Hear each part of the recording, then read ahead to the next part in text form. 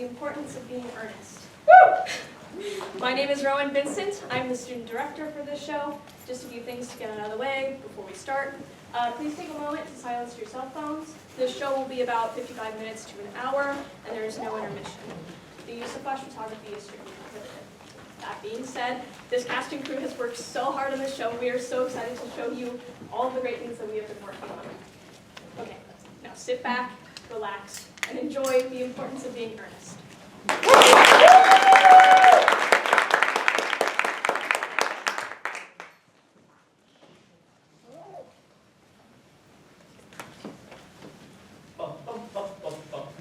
I am a monarch of the sea, the ruler of the wings may be, whose praise Great Britain loudly chants. And we are his sisters and his cousins and his aunts. And we are his sisters and his cousins and his aunts. His sisters and his cousins and his aunts.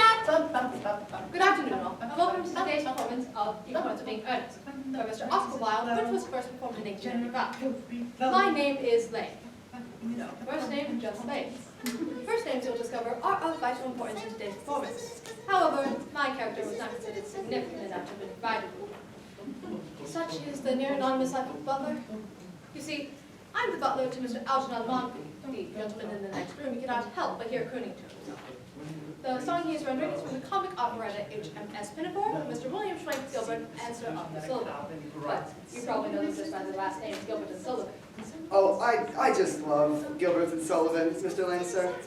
I think the Mikado is the most fabulous thing I've ever seen on stage. I only inform you of these facts as a point of interest, as they have nothing whatsoever to do with the plot of the play that you are about to see.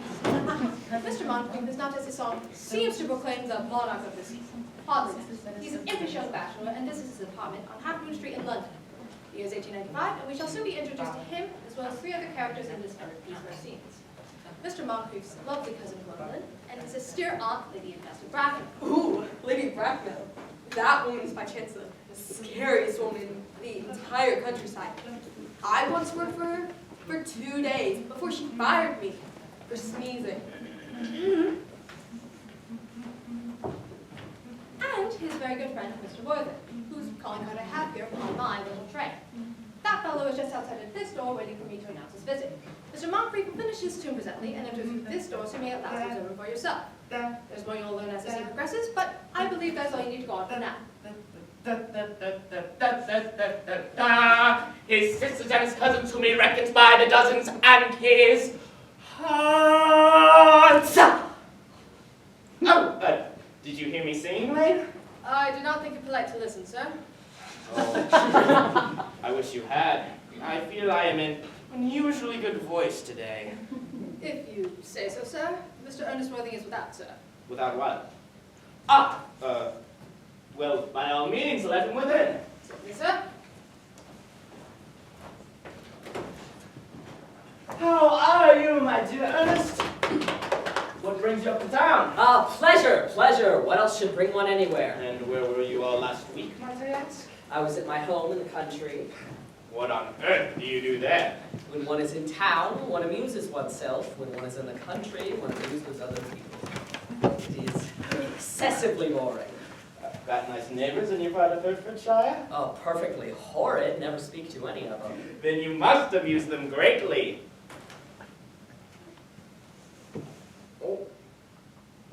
Oh, by the way, Hertfordshire is your county, is it not? Hertford. How do you know that? Oh, hello. Why do you have cucumber sandwiches? Someone coming to tea? Oh, really, Aunt Augusta and Cousin Gwendolyn. How perfectly delightful. My good fellow, I'm afraid Aunt Augusta will not approve of your being here. And why is that? My good fellow, the way you flirt with Gwendolyn is perfectly disgraceful. It is almost as obvious as the way Gwendolyn flirts with you. I'm in love with Gwendolyn. I've come to town expressly to propose to her. You propose? To propose to my cousin Gwendolyn? Well, I absolutely forbid it. You forbid it? I forbid her marriage to a person I do not know. You know me very well, Algie. I thought I did. Mr. Ernest Worthing. That's my notebook. So, you admit it's yours, do you? Of course it's mine. You've seen me with it any number of times. I was missing it for a month. Very nearly offered a large reward for its return. Oh, I really wish you had. I could certainly use the money. But I'm afraid this doesn't belong to you at all. From little Cecily, with her fondest love, to her dear Uncle Jack. This seems to be a present from somebody called Cecily to somebody called Jack. Who are these people, and how do you come by old Uncle Jack's property? I am Uncle Jack. How can you be? Your name is Ernest. No, it's not. My name is Jack. It's really John. Jack is a nickname. Jack or John just can't be your name. You have always told me you were Ernest. I have introduced you to everyone we know as Ernest. How could you be Jack if you were Ernest with me? You are the most earnest-looking person I've ever seen in my life. It is perfectly disgraceful. You're saying your name isn't Ernest. It's on your card. I just gave me one. Mr. Ernest Worthing, B4 of the Albany, London. I'll keep this card as proof that your name is Ernest. If ever again you should attempt to deny it, to me, or to Gwendolyn, or to anyone else. Well, my name is Jack in the country and Ernest in town, and the notebook was given to me in the country. By someone called Little Cecily, who refers to you as her dear uncle. Come now, old boy, let's have the whole story, and pray make it improbable. My friend, there's nothing improbable about my explanation at all. Do you remember I told you I was adopted?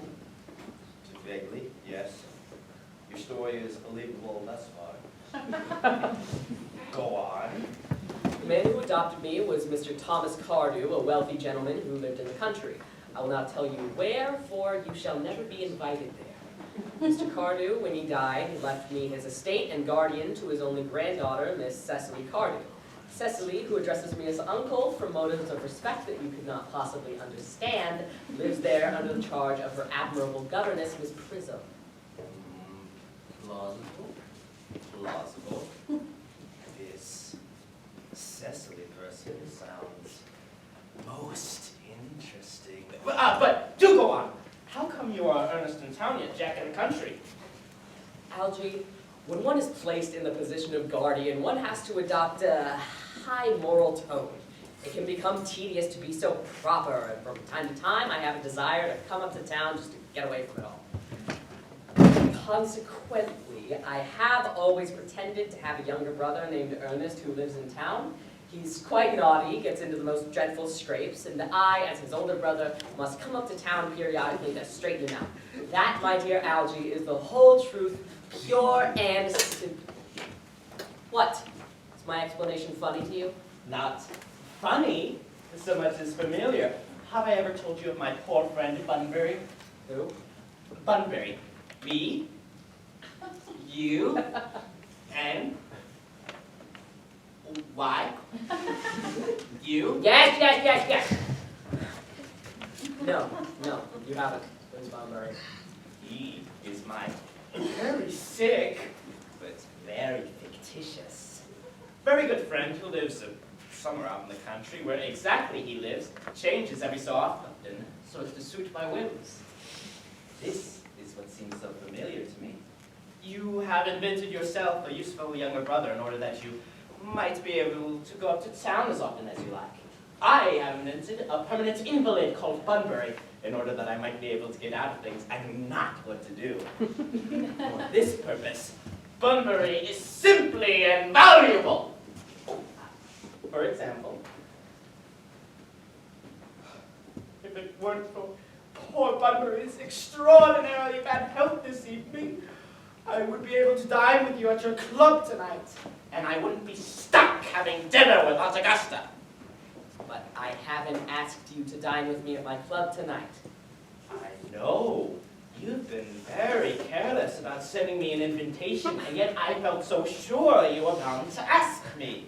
My dear friend, I do believe you're destined to dine with your Aunt Augusta tonight. I don't think a dinner invitation from me is in the offing. Not even if I promised to get her out of the way for a few minutes so that you can have an opportunity to be alone with Gwendolyn? You have about 10 seconds to invite me before Lane pushes them in. Algie, I was just thinking, how nice would it be for you and I to have supper up at my club tonight? Are you free? Rather late notice for tonight, old man. I am to have dinner with my dear Aunt Augusta. However shall I get out of that?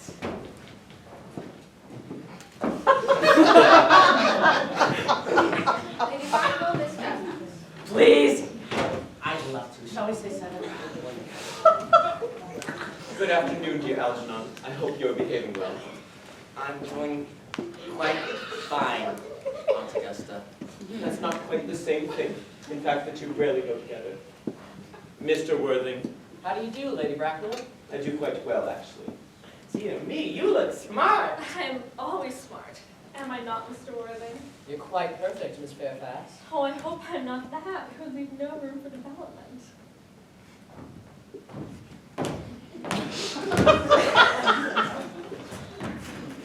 I'm sorry we are a little late, Algernon, but I was obliged to call on dear Lady Carberry. I hadn't seen her since her poor husband's death. I never saw a woman so altered. She looked quite 20 years younger. Won't you come sit here beside me, Gwendolyn? No, thank you, Mama. I'm quite comfortable where I am. Oh, Algernon, I have quite a treat for you at dinner tonight. Lady Farquhar and her husband will be joining us. Such a delightful couple. I'm terribly sorry to say this, Aunt Augusta. However, I will not be able to share in the pleasure of dining with you tonight after all. I hope not.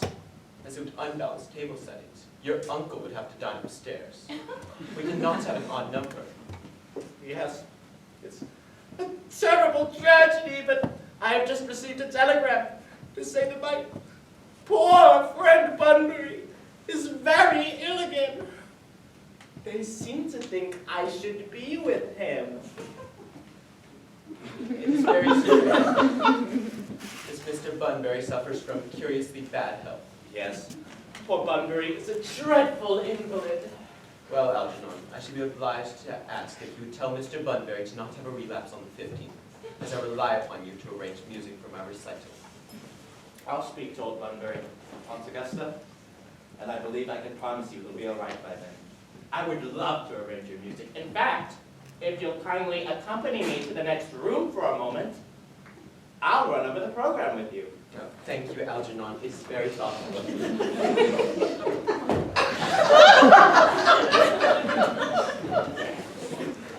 Charming day it's been, Miss Fairfax. Please don't talk to me about the weather, Mr. Worthing. Whenever people talk to me about the weather, I always feel they really wish to discuss something else. I do wish to discuss something else. I thought so. In fact, I am never wrong. And I would like to be allowed to take advantage of Lady Bracknell's temporary absence. I would certainly advise to do so. Mama has an awkward way of coming back into a room very suddenly. Miss Fairfax, ever since I first met you, I've admired you more than any girl I've ever known. Yes, I am quite well aware of the fact. And I shall admit that you've always had an irresistible attraction for me. Even before I met you, I was fascinated by you. You see, ever since I was little, my dream has always been to be in love with someone with the name of Earnest. There's something in that name that inspires absolute confidence. So, when Algernon first mentioned to me that he had a friend called Earnest, I knew I was destined to love you.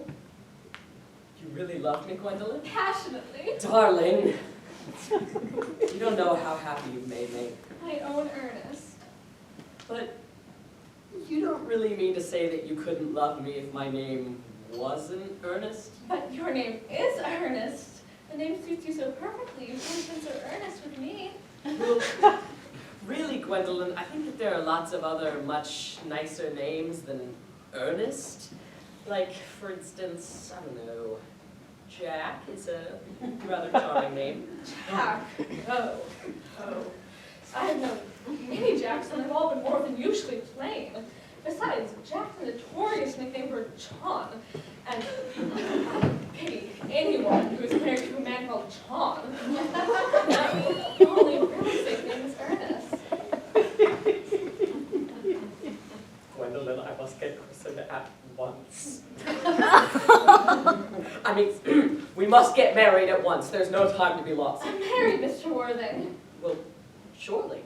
You know that I love you, and you led me to believe, Miss Fairfax, that you are not indifferent to me. I adore you, but you haven't even proposed to me yet. Nothing at all has been said about marriage. That subject has not even been touched on. Well, may I propose to you now? I think it would be an admirable opportunity in escaping any possible disappointment, Mr. Worthing. I think it only fair to tell you, quite frankly beforehand, that I am fully determined to accept you. Gwendolyn, Yes, Mr. Worthing, have you something to say to me? you know what I've got to say to you. Yes, but you don't say it.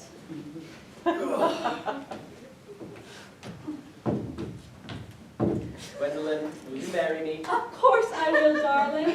How long have you been about it? I'm afraid you have had very little experience in proposing. It's my only time doing it. Is it? I have heard that men often propose for practice. Oh, but what wonderfully blue eyes you have, Ernest. They're quite blue. I hope you will always like me just like this, especially when other people are present.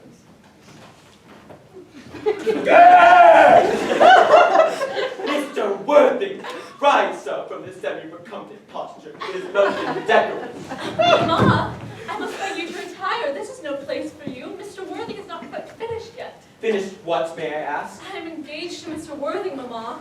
Pardon me, you are not engaged to anyone. When you do become engaged to someone, I will inform you of the fact. An engagement should come upon a young girl as a surprise, and it is hardly a matter that she could be allowed to arrange for herself. And now, Mr. Worthing, I have some questions to put to you. While I am making these inquiries, Gwendolyn, you will wait for me below in the carriage. Mama! In the carriage! You may take a seat, Mr. Worthing. Thank you, Lady Bracknell, but I prefer to stand. I feel bound to tell you that you are not on my list of eligible young men. However, I'm quite ready to add your name should your answers be what a really affectionate mother requires. First off, how old are you? 29. A very good age to be married. What is of your income? Between 7,000 and 8,000 pounds a year. The wages of a gentleman. That is satisfactory. I presume this does not issue something so plebeian as a trade. My income is derived from my investments, chiefly. I own a home in the country that has some land attached to it, about 1,500 acres, I believe, which is also a source of some revenue. A country house. You have a townhouse as well, I hope. A girl with simple and unspoiled nature like Gwendolyn could not be expected to reside in the country. I own a house in Belgrave Square, and I'm up here quite often. What number in Belgrave Square? 149. The unfashionable side. However, that could easily be altered. The fashion of the side. Both if necessary. I presume. And what is of your parents? Are they living? I have lost both my parents. To lose one parent, Mr. Worthing, may be regarded as misfortune, but to lose both seems like carelessness. Who was your father? I'm afraid the fact is that I really don't know. Lady Bracknell, I told you that I had lost both my parents, but it would be nearer to the truth to say that my parents seem to have lost me. I don't know who I am by birth. I was a foundling. A foundling? The man who took me in was Mr. Thomas Cardew, a kindly old gentleman who gave me the name of Worthing because he had a first-class ticket for the town of Worthing in his pocket at the time. He's the closest person to a father that I've ever known. And where did this charitable gentleman with a first-class ticket to Worthing actually find you? In a handbag. Oh, a handbag! Yes, no. I was found in a somewhat large black leather handbag with handles on it. An ordinary handbag, in fact, which was given to him in the cloakroom at Victoria Station in mistake for his own. The cloakroom at Victoria Station. Yes, the Brighton line. The line is immaterial, Mr. Worthing. I feel somewhat bewildered by what you've just told me. To be born, or at any rate bred, in a handbag seems to me to display contempt for the decencies of an ordinary traditional family upbringing. May I ask you then what you would advise me to do? I need hardly say I would do anything in the world to ensure Gwendolyn's happiness. I would strongly advise you to try and acquire some relations as soon as possible. You must establish a better lineage if you are ever to be accepted by polite society. I don't see how I could possibly manage to do that. I can produce the handbag at any time. It's in my dressing room at home. I really think that should satisfy you, Lady Bracknell. Me, sir? What has this to do with me? You expect me to allow my only daughter to marry into a cloakroom? Have a hearse as an in-law? What sort of family would that be? However would one phrase the wedding invitations? Mr. and Mrs. Leather Handbag request the honor. Oh, no, no, no, no. That is quite impossible. I must say good morning to you, Mr. Worthing. Good morning.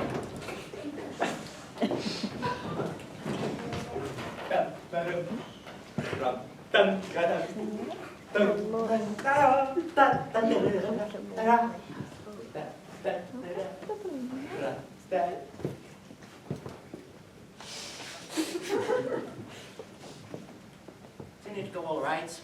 Boy, you don't mean to say that old Gwendolyn refused you now? Gwendolyn accepted my proposal, all right. As far as she's concerned, we are engaged, but her mother is perfectly unbearable. You don't think there's any chance of Gwendolyn becoming like her mother in about 150 years, do you, Algie? All women become like their mothers. That is their tragedy. No man does, and that is his. Ah, how clever. It is perfectly phrased. By the way, did you tell Gwendolyn about your being Ernest in town, yet Jack in the country?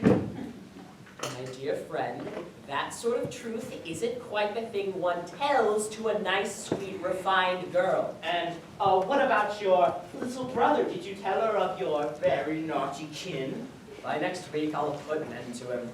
Say he died in Paris or Moscow, somewhere in a severe chill. That'll get rid of him. That's a rather callous way to deal with a sibling, even an imaginary one.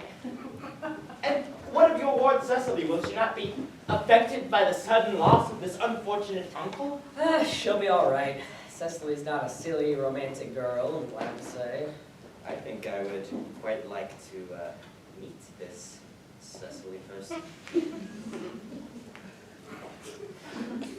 I will take very good care that you never do.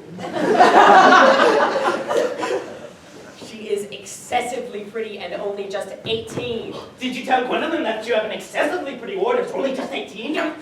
One doesn't just blurt these kinds of things out to people. Besides, Cecily and Gwendolyn are sure to become great friends. I'll bet you anything you like that after half an hour of first meeting each other, they'll be calling each other sister. Women only do that after they have called each other many things beforehand. Oh, now a boy. Don't you think it's time to get dressed for dinner?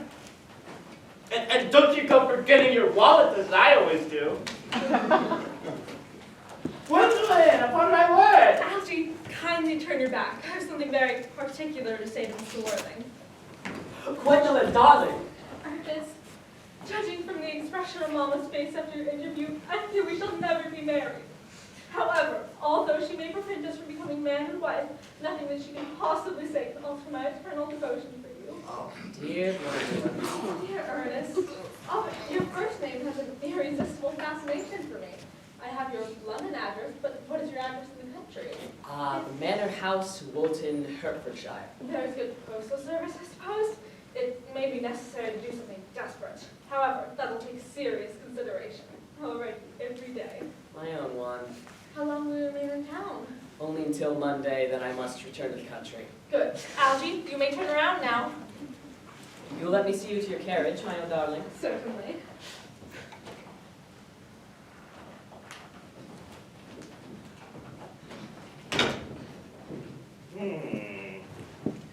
I believe old Bunbury will be ill all weekend.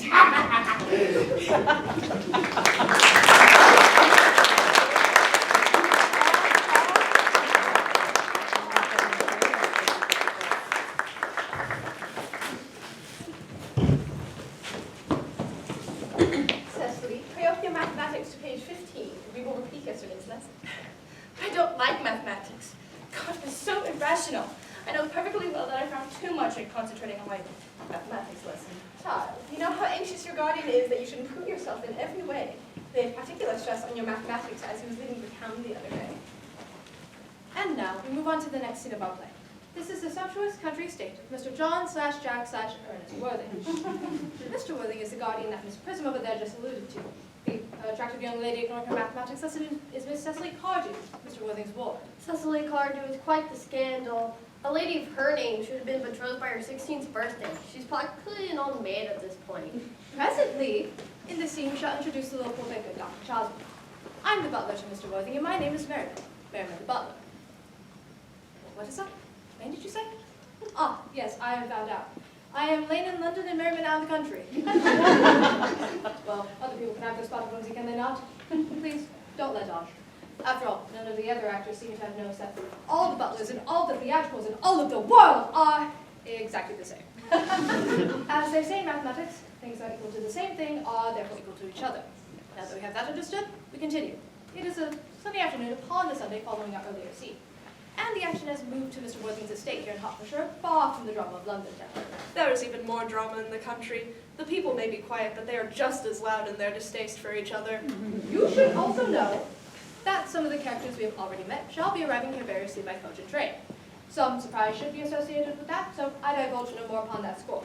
Now, as the second scene recommences, my humble part as a butler requires me to retreat off stage and await my actual entrance. Dear Uncle Jack is so very serious. Sometimes he looks so serious, I think he doesn't feel very well. Your guardian enjoys the best of health. However, as you know, you must remember his constant anxiety about his unfortunate brother Ernest, and the scrapes that man gets into. Well, I do wish Uncle Jack would allow his unfortunate brother Ernest to come into the country sometime. We might have a good influence on him, Miss Prism, and therefore change his ill-disciplined and reckless ways. We can just live at home. Oh, put away your diary, Cecily. It really is time for your lessons. Why do you keep a diary anyway? Keep a diary in order to record all the wonderful secrets of my life. If I didn't write them down, I should probably forget all about them. Memory, my dear Cecily, is the diary we all carry about with us. Yes, but it usually chronicles things that have never even happened. I believe that faulty memory is responsible for all the sensational novels in our library. Do you know? I once wrote a rather sensational novel myself. Did you really, Miss Prism? How wonderfully clever you must be. I hope it did not end and they lived happily ever after. I've heard that ending too many times. The good people ended happily, and the bad people ended unhappily. That is what fiction means. Was your novel ever published? Alas, no. The manuscript was sadly lost years ago. But back to your work, child. These speculations are profitless. Oh, but I see Dr. Chasuble. Dr. Chasuble. And how are we this morning? Miss Prism, you are, I trust, well. Miss Prism has just been complaining to me of a slight headache. I think it would do so much good to have a short stroll in the park, Dr. Chasuble. It's a Cecily, I have not mentioned anything about a headache. Oh, Miss Prism, I know that. But I felt instinctively that you might have had a headache and that you would be in need of a short break from my lessons. Has Mr. Worthing returned from town yet? Oh, no, we do not expect him until Monday afternoon. He sent a telegram saying he very much wished to speak with me. A telegram? Perhaps he's having some difficulty with his brother Ernest. But I will have to return tomorrow. I shall see you both, no doubt, at evensong. Oh, yes, oh, my head! I feel quite the headache coming on, and a walk around the garden might do it good. With pleasure, Miss Prism. With pleasure. We might go as far as the arbor and back. That would be delightful. Dear Cecily, in my absence you will read your political economy. The fall of the rupee you may omit, as I find it too scandalous for you. Horrid political economy, horrid geography, and horrid mathematics. Do you see the calling card I have here upon the solver? You should know that this is the same calling card I delivered to Mr. Moncrief in the first scene, the very same one. You might well wonder how a calling card traveled all the way from London out here to the country. I told you that'd be surprised as it would. Mr. Ernest Worthing has just come over from the train station. Mr. Ernest Worthing, before the Albany, London. This is Uncle Jack's unfortunate brother. And here. Did you tell him that Uncle Jack was still in town? Yes, miss. He seemed greatly disappointed. However, he asked if he might stay overnight to await him. He then asked me if anyone else from the household were at home, and I replied that you were out in the garden. He then said he very much wished to speak to you privately for a moment. Oh, well, ask him to come out here, and you should talk to the housekeeper about preparing a guest bedroom for him. Very good, miss. I've never met a really wicked person before. I'm actually quite frightened. I'm so afraid that you will look like everybody else. Oh. Oh! Oh, he does. Oh, you are my little cousin Cecily, are you not? Oh, you made some strange mistake. Firstly, I'm not small. I'm actually quite unusually tall for my age. And secondly, technically, I'm not your cousin. Uncle Jack's not truly my uncle, but just my guardian. Your card indicates that you're Uncle Jack's brother Ernest. His wicked brother Ernest. Oh, I am not really wicked at all, Cecily. You mustn't think that I'm wicked. Not wicked? Then you've certainly been deceiving us all in a very inexcusable manner. Everyone says that you're wicked. I hope that you've not been pretending to be wicked and really good all this time. That'd be hypocritical and wicked. Of course, I've been rather reckless. I'm glad to hear it. In fact, I've been very bad in my own small way. I don't think that you should be so prideful of that. But it must have been very pleasant. It's far more pleasant being here with you. But why are you here at all? You're here to see your brother. He won't be back till Monday afternoon? That's a terrible tragedy. I was hoping to speak with him. Oh, I know what it's about. You do? Oh, yes. He wants to speak with you about your emigrating. My what? You're emigrating? Uncle Jack is going to send you off to America. America? Yes. I'd sooner die. Yes. Well, at dinner on Wednesday night, he said that you'd have to choose between this world, the next world, and America. I assumed that America would be the least objectionable choice. The stories I have heard of America are not particularly encouraging. Yes. I have no desire to go there, Cecily. The world I live in is good enough for me. Yes, but are you good enough for it? No. No, I am far too wicked in my ways for this world. But perhaps you could make it your mission to reform me, turn me into a good person. That indeed would be a worthy endeavor.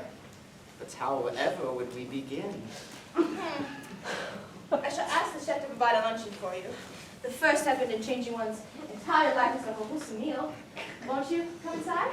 Thank you, but perhaps I should have one of your pink roses for my buttonhole first. I wish to look my best as I change my ways. Why a pink rose?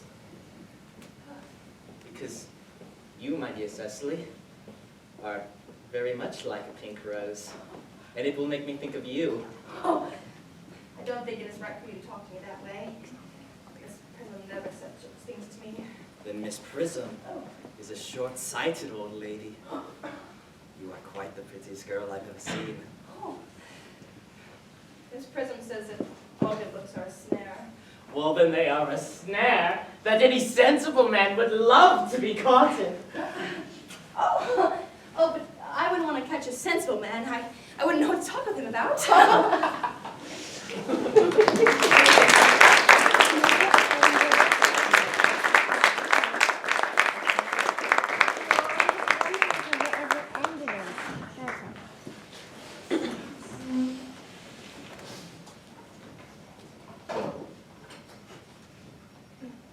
You are too much alone, dear Dr. Chasuble. You should get married. The Church of England is not good for marrying, you know. The thought of wedded bliss, even at my age, does not escape my mind, dear Miss Prism.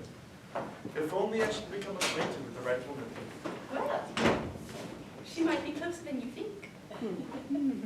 Mr. Worthing! Mr. Worthing? This is indeed a surprise. We did not expect you until Monday afternoon. I have returned sooner than I expected. But you are dressed in a garb of woe. I hope this does not betokens of terrible calamity. My brother. Oh, more shameful debts and extravagances. Still leading his extravagant life of pleasure? If only he were. Tragically, he is dead. Your brother Ernest dead? Quite dead. Oh, well, that teaches him for his waste your life. Mr. Griffin, I offer you my condolences, and I offer you the condolence of knowing you were always the most generous and forgiving of brothers. Poor Ernest.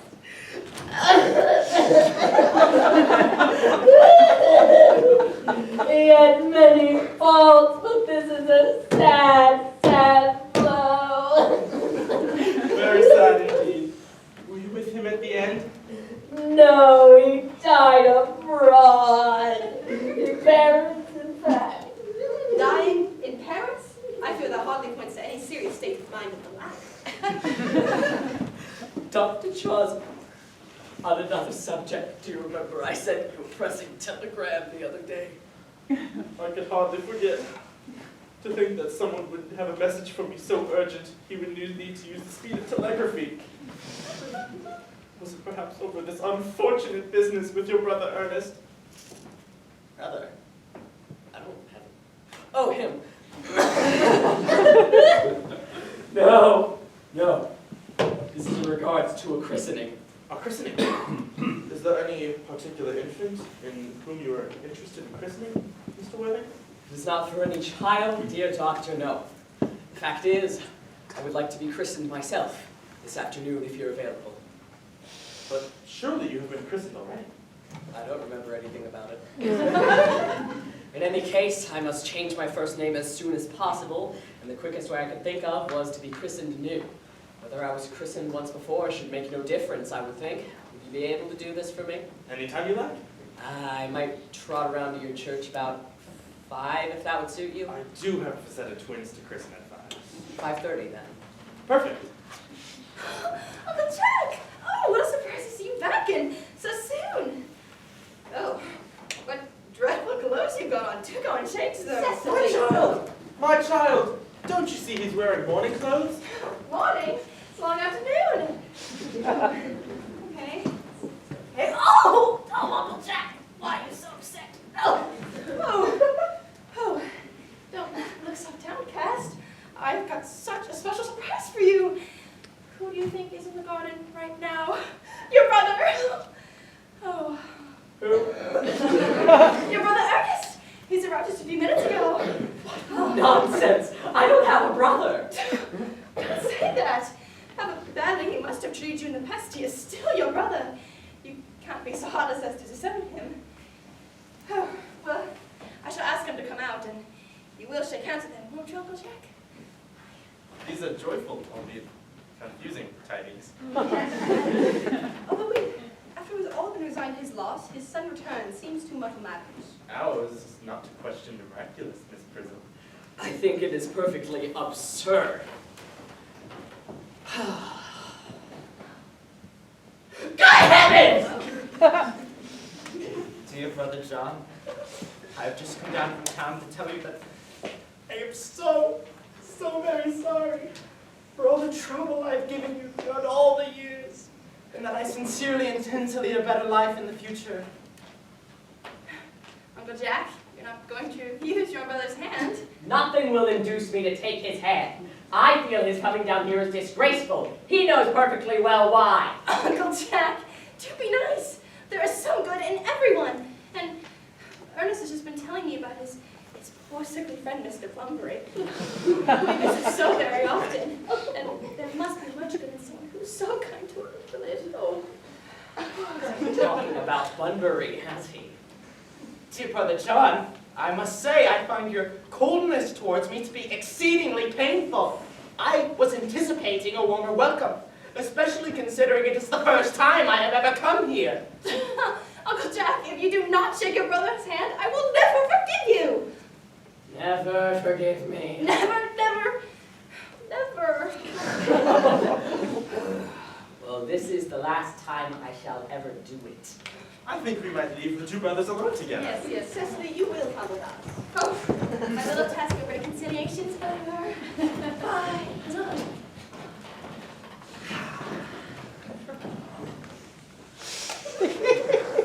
Algie, you young scoundrel! You must get out of this place at once! You will not find Mr. Bunbury here! You know, Brother Jack, you did not sufficiently impart to me how delightful little Cecily is. She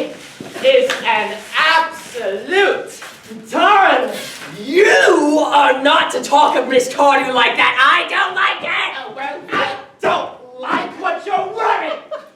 Silly you're wearing morning clothes, presumably for me, a man who was standing right in front of you. A man whom you were just about to invite to stay as a guest for a week. It is positively unseemly. I am not going to invite you to stay here a week. I'm going to say you must return to London by the very next train. I'm going to have my driver draw the carriage around. I hope you have a pleasant journey back to town. I'm not going anywhere until I see Cecily again. Oh, and here she is. Oh, I just come back for all the roses. Where is Uncle Jack gone? He's gone to order a carriage for me. Oh, is he gonna take you on a nice drive? He's going to send me away. Away, but you have just got here. I was sure you would just stay the week. The housekeepers even made a guest bedroom for you. That was terribly kind. Yes, I thought so too. While we're alone, dear Cecily, I hope I shall not offend you by stating frankly that you seem to me to be, in every way, the visible personification of absolute perfection. Oh, such frankness does you great credit, Ernest, and if you allow me, I will write your remarks down in my diary. Do you really keep a diary? But certainly! Where else would I keep all my personal and private thoughts, as well as the impressions that many people may have on me? But for now, Ernest, pray go on. I believe you were saying something about absolute perfection. Yes. You may continue from there. I'm quite ready for more. Well, Don't cough, Ernest. I don't know how to spell cough. Cecily, ever since I first looked upon your wonderful and incomparable beauty, Wonderful and incomparable beauty. Yes. Yes. I have dared to love you wildly, passionately, devotedly, hopelessly. I don't think that you should use the word hopelessly, Ernest. That would imply that I return no feelings for you. I should use the word ardently. That'd make much more sense. Cecily. Oh, Cecily, I don't care for anyone in the whole world but you, Cecily. I love you. You will marry me, won't you? Oh, of course. We've been engaged for the last 3 months. I mean, For the last 3 months? oh yes. It'll be 3 months this Thursday. Yeah. But how on earth did that happen if we've never met before? Well, ever since Uncle Jack first told us that he had a brother who was so very wicked and bad, Miss Prism and I have talked so very much of you. And a man who's talked about very much is always very attractive. I fell in love with you very early on, Ernest. And then we got engaged. Yes. On February 14th, Valentine's Day. Oh, you asked me so sweetly. I did? Yes, and on one knee too. Though I'd struggled with myself, but you had always been so earnest to me. Ernest. And to that, I finally accepted you. Oh, right here in this very garden too. And the next day, I bought this little engagement ring in your name, and I promised I'd wear it ever since. Did I get you this? It's very pretty, isn't it? You've wonderfully good taste, Ernest. Oh, it was the most beautiful engagement ring in the shop. Oh. Okay, look. You see this marking here? That indicates that I actually cried when I accepted it. There's another one of those marks down there. Oh, that is my response to one of your other letters. My letters, but my own darling Cecily, I've never written you any letters. You need hardly remind me of that, Ernest. I've always been forced to write your letters for you. It was your entreaty after I broke up the engagement that made me cry. You broke off our engagement? Well, yes, on March 23rd. Yes, here's the entry. Today, I broke off my engagement with Ernest. I feel it's better to do so. The weather continues to be ever so charming. Why on earth did you break it off, Cecily? What have I done? Wait a minute. I haven't done anything at all. Cecily, I am very much hurt to hear that you broke off our engagement, particularly when the weather was so charming. Well, it wouldn't have been a real engagement if we hadn't been broken off at least once. And I forget before the week is out, so. What a sweet little perfect angel you are, Cecily. You dear romantic boy. You promise you'll never break off our engagement again, Cecily? Oh, I don't think I can do it now that I've actually met you. But there is the question of your name. Of course. Well, What do you mean, my name? you mustn't laugh at me, darling, but it has always been a girlish dream of mine to love a man of the name of Earnest. Something in that name inspires absolute confidence. I pity any woman who's not married to an Earnest. But, my own darling Cecily, you mean to say you could not love me if I were to have some other name? What name would that be? Oh! Any name. Algernon, for instance, is a charming name. But I don't like the name Algernon. Well, my own dear, sweet, loving little darling, you mean to say you could not love me if I were to have the name of Algernon? Well, I might respect you, Ernest, and I'd more than admire your character. But I fear that I may never be able to actually love you. Dear God, no. Cecily, wow!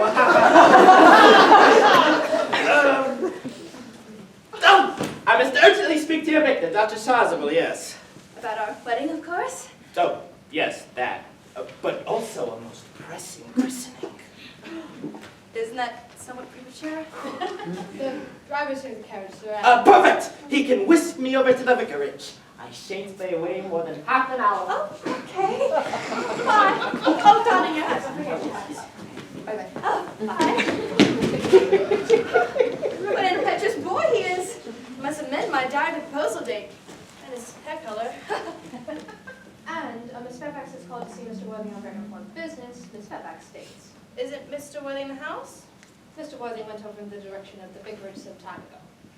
Oh, well, ask the lady to come out here. Ernest should be back soon. And you can bring out some tea. Yes, miss. Miss Fairfax? Isn't she one of the many elderly women who helps Uncle Jack and his philanthropic work in London? Elderly. Oh! Pray let me introduce myself. I'm Cecily Cardew. Cecily Cardew, what a very sweet name. Something tells me that we are going to be great friends. I like you already more than I can say, and my first impressions of people are never wrong. Oh, well, how nice of you to like me after we've known each other for such a comparatively short amount of time. Pray sit down. I may call you Cecily, may I not? With pleasure. And you will always call me Gwendolyn, won't you? If you wish. My dear Cecily, I have been brought up to be somewhat short-sighted. Do you mind my looking into my glasses? Oh, not at all, Gwendolyn. I'm actually quite Oh. Mind then. You are here on a short visit, I suppose? Oh, no, I live here. Really? Your mother, some other female relative lives here too then? No, I'm an orphan. Indeed. Yes. My guardian and my governess look after me. Your guardian? Yes, I'm Mr. Worthing's ward. Strange, Ernest has never mentioned to me that he'd a ward. How secretive of him. He grows more interesting hourly. However, I do wish that you were quite a bit older and not so very pretty as you are. It would have soothed my mind if you were 45 or 50 and more than usually. Did you say Ernest? Yes. Oh, but it's not Ernest who's my guardian. It is his elder brother who watches over me. Ernest has never mentioned to me that he had a brother. Oh, I'm very sorry to say, but they've not been on some good terms for quite some time. Ah, that accounts for it. My dear Cecily, you have lifted a load from my mind. Oh. I was growing almost anxious. It would have been terrible if any cloud came across a strong friendship such as ours. Now, you are quite sure that it is not Mr. Earnest Worthing who is your guardian? Oh, hardly. In fact, I'm going to be his. I beg your pardon. Oh, dear Gwendolyn, how could I keep such wonderful news away from you? Me and Mr. Earnest Worthing are engaged to be married. Look! There must be some slight error, Miss Cardew, for Mr. Earnest Worthing is engaged to me. Oh, I fear that you must be under some misconception, for Ernest has proposed to me exactly 10 minutes ago. See? Right here. That is certainly very curious, for he asked me to marry him yesterday afternoon at At 30. Here is so sorry, dear Cecily, but it appears I have the prior claim. Well, ever since Ernest has proposed to you, he's clearly changed his mind. The poor fellow has been entrapped into a foolish promise. I shall consider it my duty to rescue him at once, with a firm hand. Whatever my poor boy may have gotten himself into, I shall never reproach him with it until we are married. Do you allude to me, Miss Cardew, as an entanglement? You are too presumptuous. Well, do you suggest that I have entrapped Ernest into an engagement? How dare you? Shall we lay the chairs usual, miss? Oh, yes, just as usual. Are there many interesting walks in the vicinity, Miss Cardew? Yes, a great many. From the top of one of the hills over there, I can see waste 5 counties. 5 counties? I don't think I should like that. I hate crowds.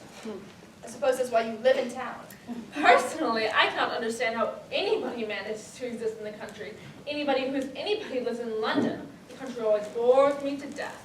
May I offer you some tea, Miss Fairfax? Thank you. Sugar? No, thank you. Sugar is just not fashionable anymore.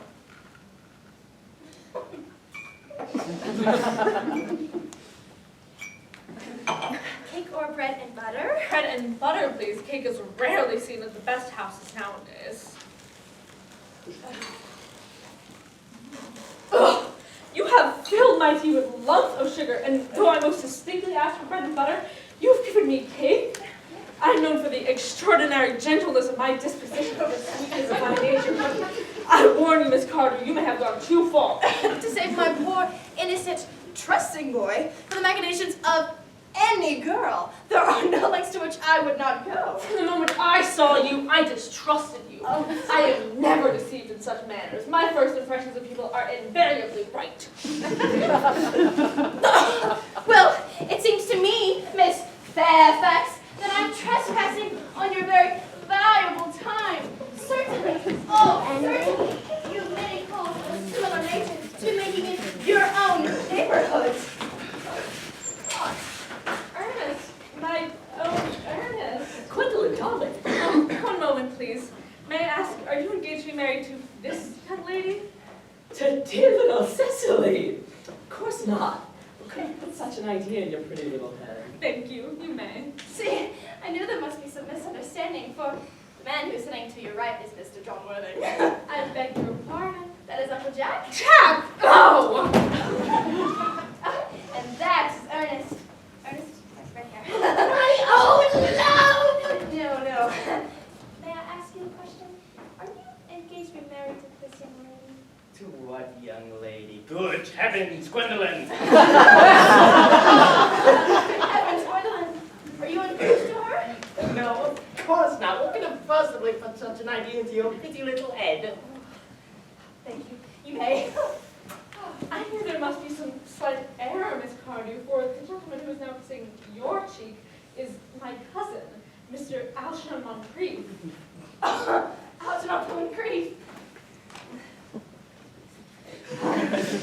Are you called Algernon? No.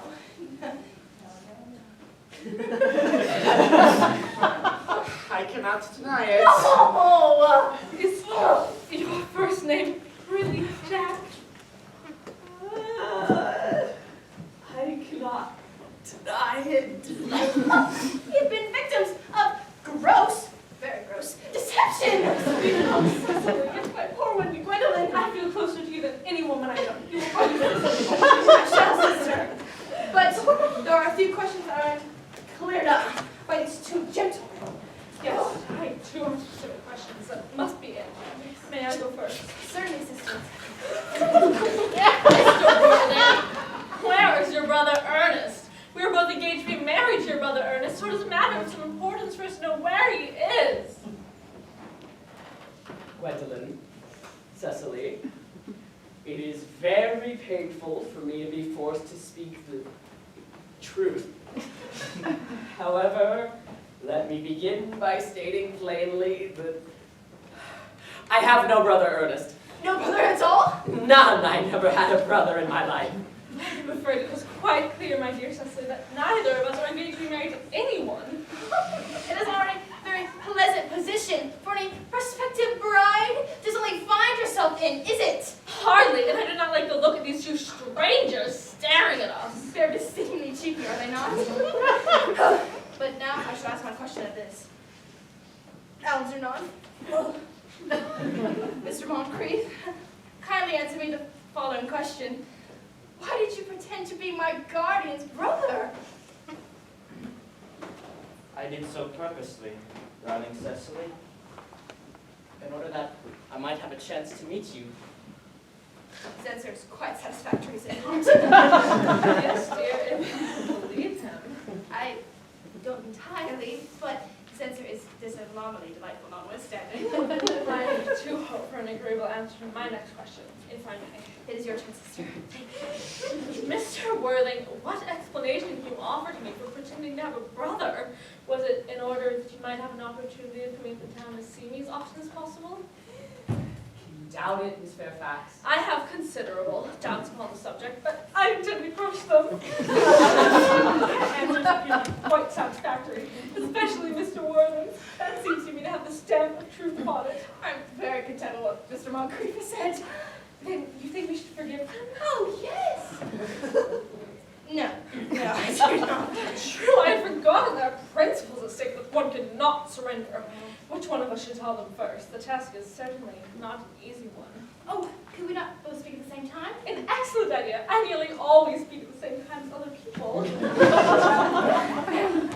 Your first names are still an impossible barrier. We will only marry Ernest. Is that all? But we have arranged to be christened this afternoon. We are changing our first names to Earnest. For our sakes, you are willing to go to that length? We are. Oh, what bravery! These men have clearly sturdy character.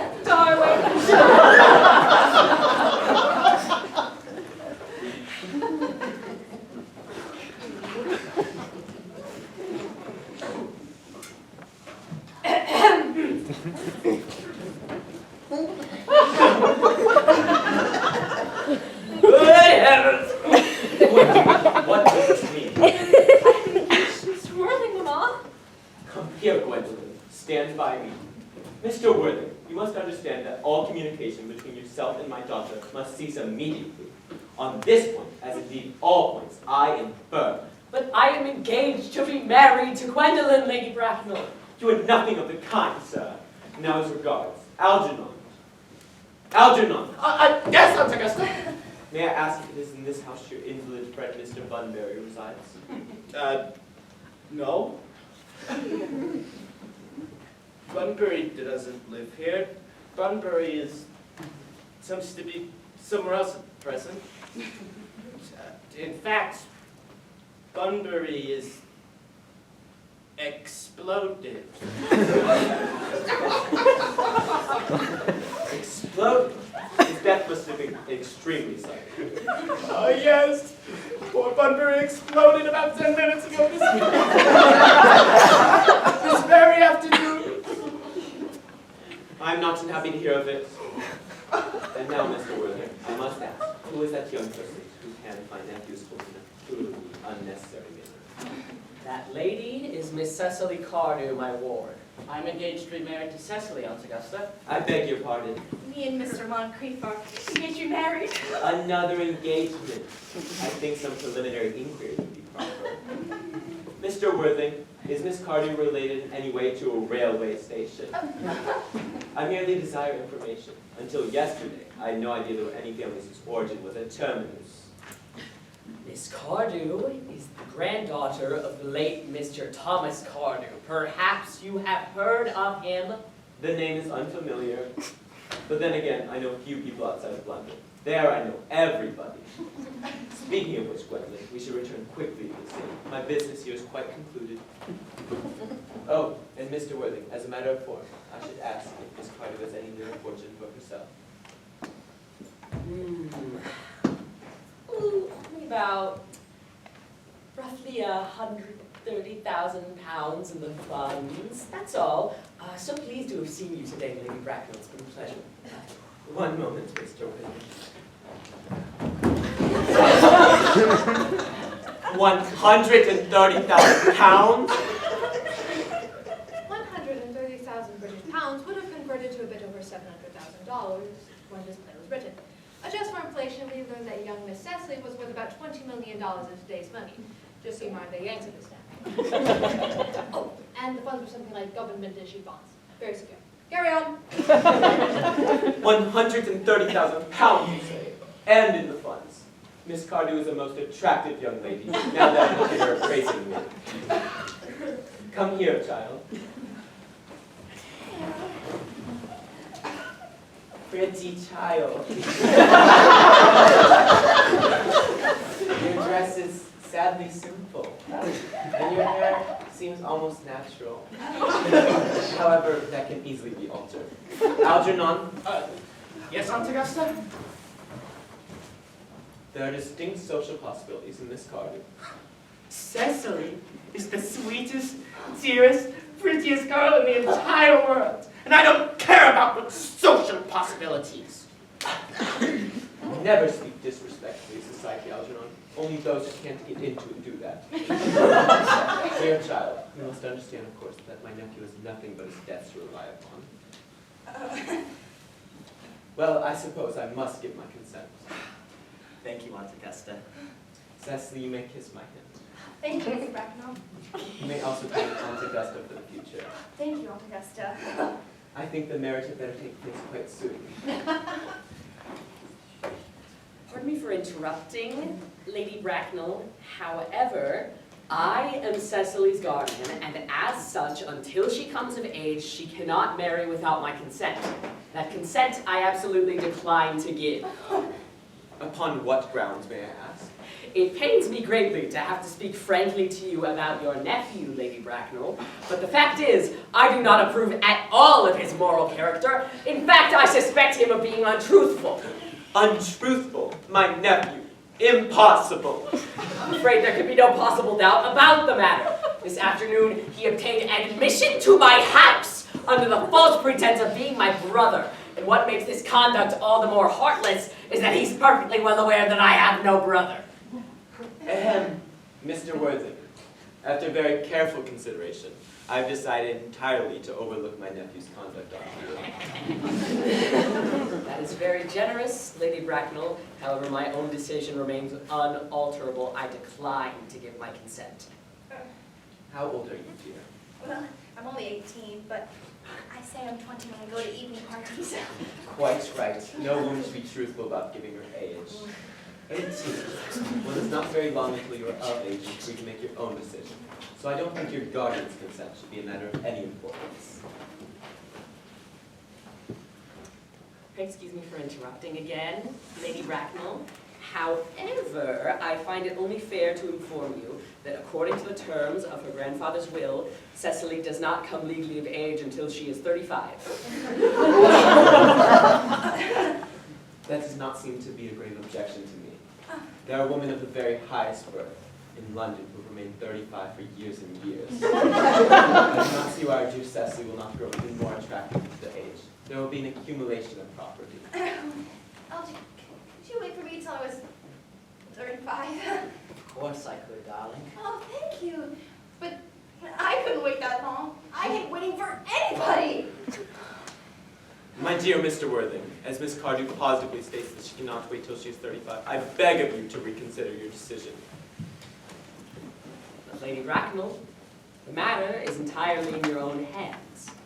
If you consent to my marriage with Gwendolyn, I will most happily allow Algernon to marry Cecily. You must be quite aware that what you propose is out of question. That is not the destiny I have for Gwendolyn. Of course, Algernon can choose for himself. Come, dear, we may not miss the train. Everything is quite ready for the christenings. What christenings? Both these gentlemen here have expressed an immediate desire for baptism. At their age, Algernon, I forbid you to be baptized. I will not hear of such excesses. Am I to understand then that there are to be no christenings at all this afternoon?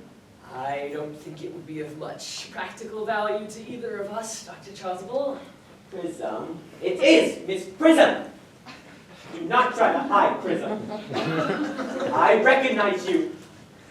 Prism, come here.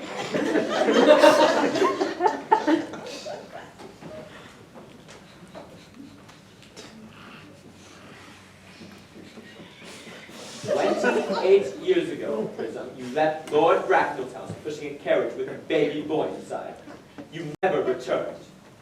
The carriage was recovered, but all that was left was some lengthy and unreadable manuscript. The boy was not there. Prism, where is that baby?"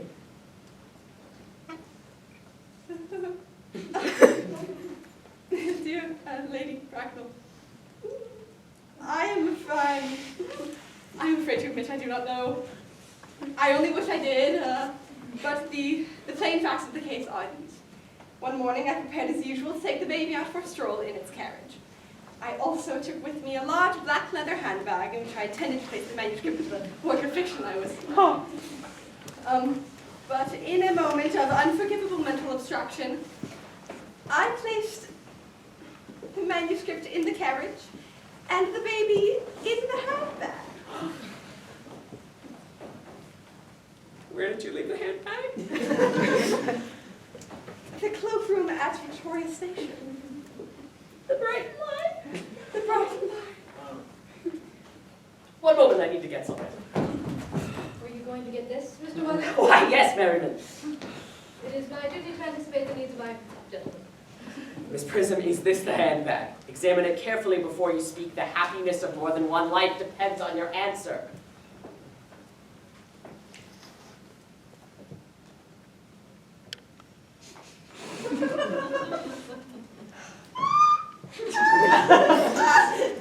Right there on the lock of my initials, MVP, Miss Violet Prism. I am so delighted to have this returned to me. It has been a severe inconvenience without her all these years. Oh. Miss Prism, more is restored to you than the handbag. I was the baby you placed in it. You? Yes. Mother! Oh, Mr. Bunning, I am unmarried. I am not your mother. Lady Bracknell can tell you who you are. Lady Bracknell, I hate to seem inquisitive, but could you kindly tell me who I am? "Well, if you were the baby in the bag, then you were the son of my sister, Miss Moncrief, and consequently, Algernon's elder brother." Algy's elder brother? Huh, I do have a brother after all. Wait, I always knew I had a brother. I said I had a brother. Oh. Cecily, be my unfortunate brother. Jonesville, my unfortunate brother.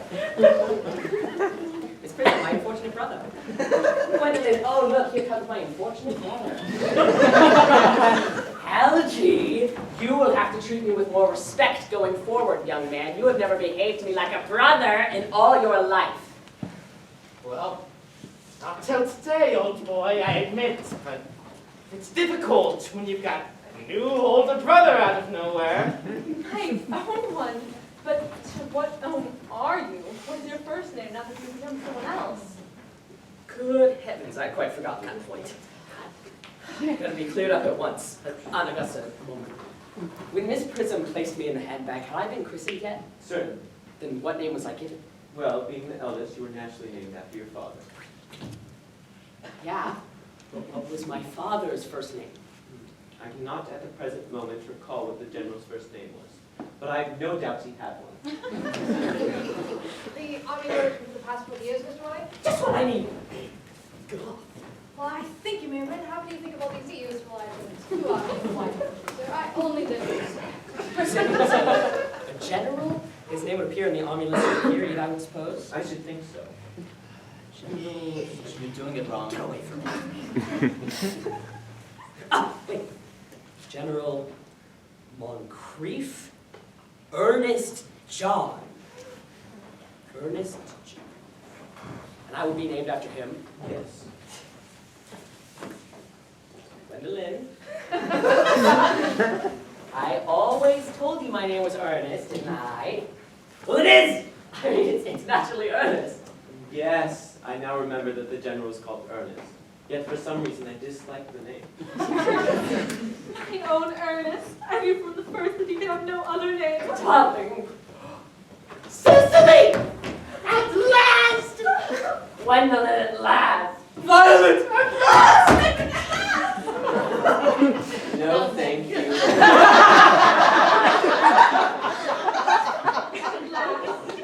Yes. At last I have realized the vital importance of being earnest.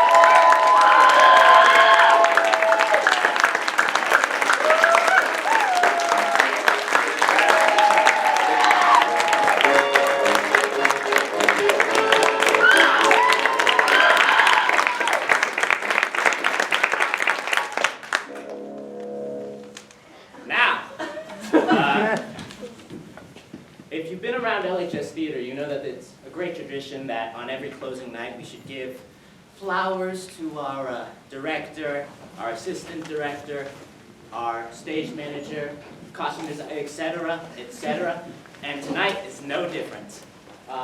Could I have Rowan Vincent to the stage?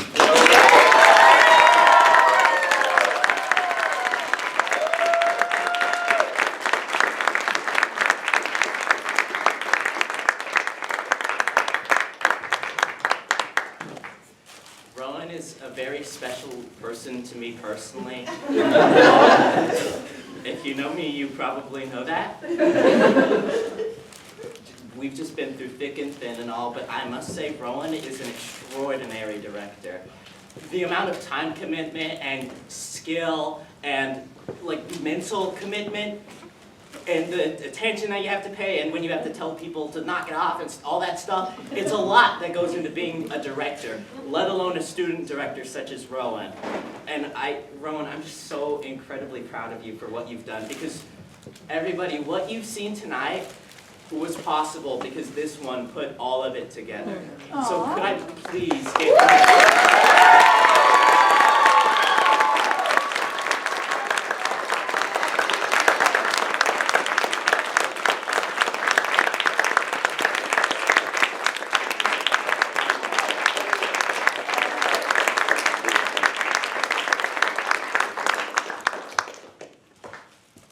Can I call Mateo San Miguel up to the stage, please? Mateo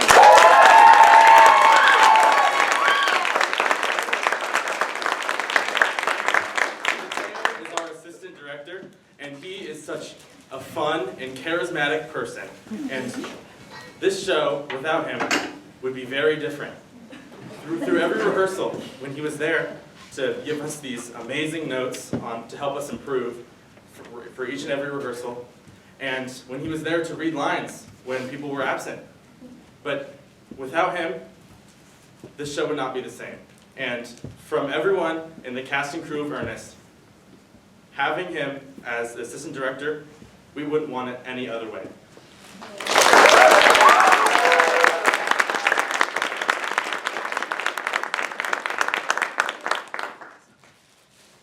Can I call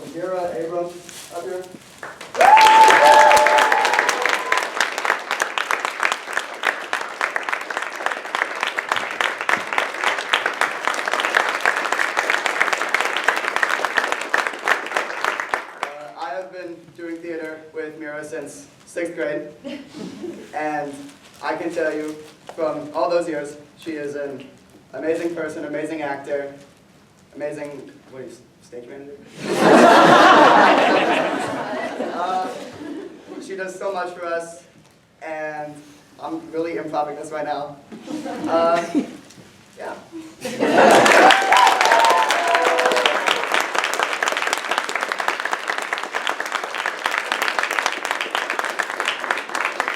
And finally, we dropped off her flowers earlier, but we'd like to thank Maria. She was our costume designer, and as you can tell, she did a great job.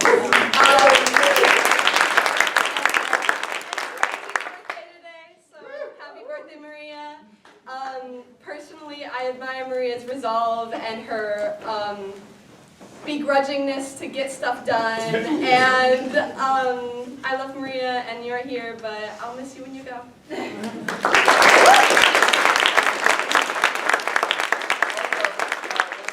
Grant Lane.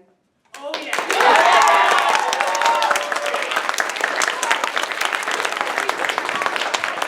Makeup without Jay Liana.